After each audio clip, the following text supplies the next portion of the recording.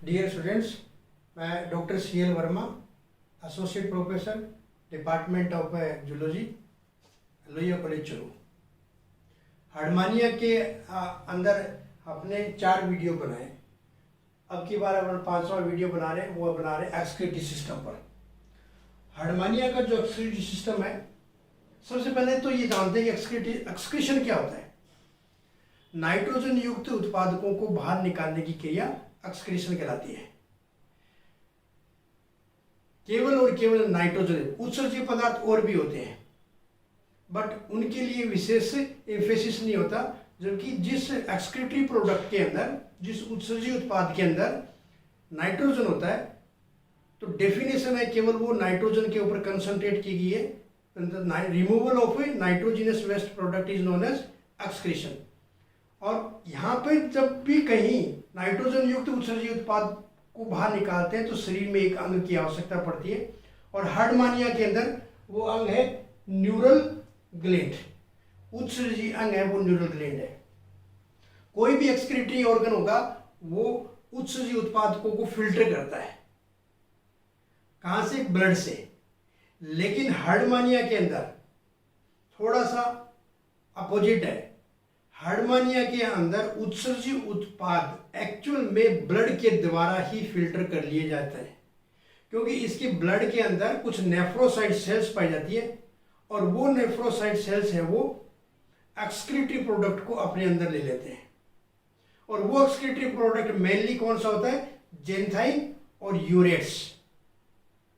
उन जेंथाइन और यूरेट्स को वो नेफ्रोसाइट्स अपने अंदर ले लेती है, और वो नेफ्रोसाइट्स जब ब्लड सर्कुलेशन के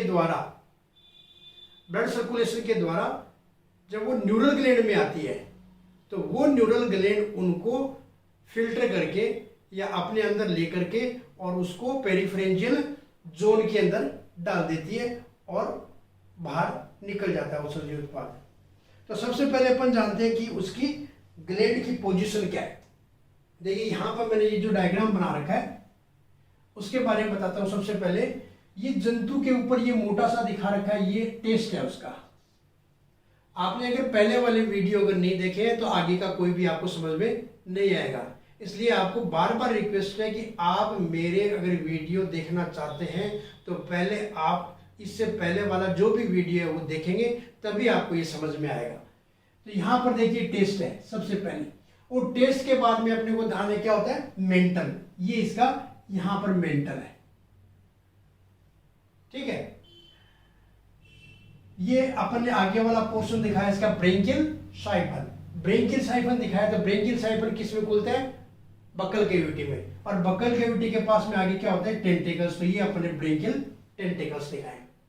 टेंटिकल्स से पीछे की साइड में जाएंगे तो फेरिंग्स के ऊपर एक सेंसरी रिसेप्टर होता है जिसका नाम क्या बताया? Dorsal tubercle. ये वो डोर्सल ट्यूबरकल है, अगर आपको ध्यान में आ रहा हो तो।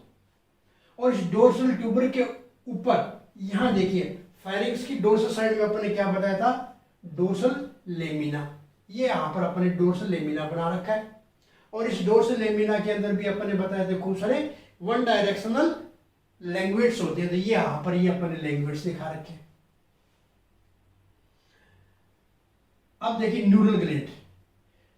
टेस्ट के नीचे मेंटल के अंदर धसी हुई ये एक ग्लैंड है जो ब्लू कलर की अपन ने दिखा रखी है, ये न्यूरल ग्लैंड है। और ये न्यूरल ग्लैंड के अंदर है क्या? एक तो मेन ट्यूबुल है, और उससे निकली हुई खूब सारी पेरिफेरल ट्यूबल्स होती है। और वो पेरिफेरल ट्यूबल सारी अपना एक्टिविटी प्रोडक्ट किसमें डालती है? मेन डक्ट में। और ये मेन डक्ट आकर के ये देखिए आपने पेरिफेरेंजियल बेड दिखा रखा है, तो यहाँ पर क्या है? पेरिफेरेंजियल जोन है। फेरिंग्स के अपन ने 2 बताए थे, ब्रेंकियल शेक और पेरिफेरेंजियल प्री ब्रेंकियल जोन। वहां आकर के ये खुलती है। कौन? Neural gland. दूसरा एक पोजीशन और बताता हूं कि ये जस्ट जो नर्व गैंग्लियन है, ये देखिए अपन ने इतना बड़ा नर्व गैंग्लियन दिखा रखा है, और इस नर्व गैंग्लियन से निकली हुई ये 3 नर्व दिखा रखी है। तो ये नर्व गैंग्लियन के ऊपर है कौन? Neural gland.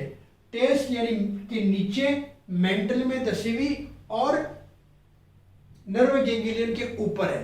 ये केवल और केवल यूरोकोड डेटा में हार्डमानिया में मिलता है। हार्डमानिया के अलावा जितने भी यूरोकोडेट्स या एसिडियन है उनमें ये नर्व गैंग्लियन ऊपर मिलता है, जबकि यहाँ पर नीचे है। तो ये इसकी पोजीशन होती है। तो ये लाइट ब्राउन कलर की है, कौन? न्यूरल ग्लैंड, ठीक है। एपिथेलियल स्ट्रक्चर है, सारी की सारी सेल से बनी हुई है, क्योंकि इसको तो फिल्टर, ब्लड से आने वाला एक्सक्रीटरी प्रोडक्ट है उसको फिल्टर करना है या फिल्टर करना है। और उसकी लंबाई क्या है? 4 मिलीमीटर लंबी है और 1 मिलीमीटर चौड़ी होती है ये ग्लैंड।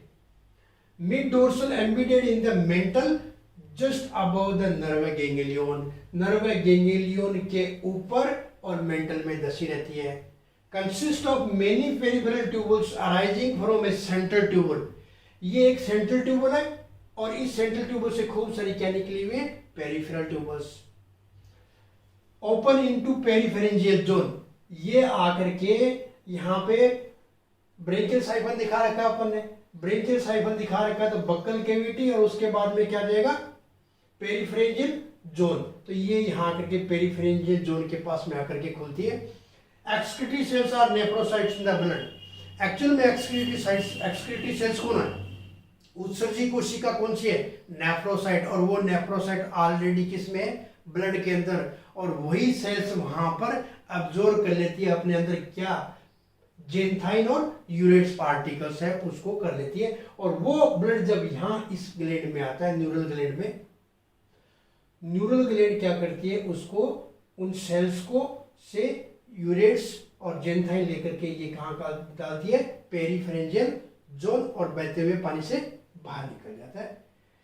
तो ये इसका discharge into pre branchial zone, और प्री ब्रेंकियल जोन में उसको ट्रांसफर कर दिया जाता है और उसके बाद में ब्रेंकियल साइफन के द्वारा बाहर निकल जाता है।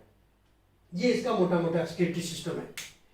अब देखिए कुछ वैज्ञानिक है, एक तो जूलिन है, एक मेटकाल्फ है और एक दास है। इन तीन वैज्ञानिकों ने क्या बताया कि ये जो न्यूरल ग्लैंड है वर्टिब्रेट में पाई जाने वाली पिट्यूटरी ग्लैंड के होमोलॉगस होती है। पिट्यूटरी ग्लैंड के होमोलॉगस होती है। जैसा पिट्यूटरी हार्मोन स्रावित करती है वैसा ही ये करती है। और उनका ये मानना है कि ये एक्सक्रीशन के अलावा ये मेटामॉर्फोसिस हार्डमानिया के, उसके डेवलपमेंट और उसके ओविपोजिशन अंड निक्षेपण में इससे निकलने वाले हार्मोन है वो हेल्प करते हैं। तो इस प्रकार से ये इसका एक्सक्रीटरी सिस्टम है हार्डमानिया का। तो इसमें मेन ग्लैंड कौन सी है? Neural gland. आपको समझ में आ गया होगा। और फिर भी अगर नहीं समझ में आया तो आप मेरे चैनल पे कोई भी सवाल पूछ सकते हैं। उन सवालों का जवाब आपको नेक्स्ट वीडियो में जरूर मिलेगा। Thank you.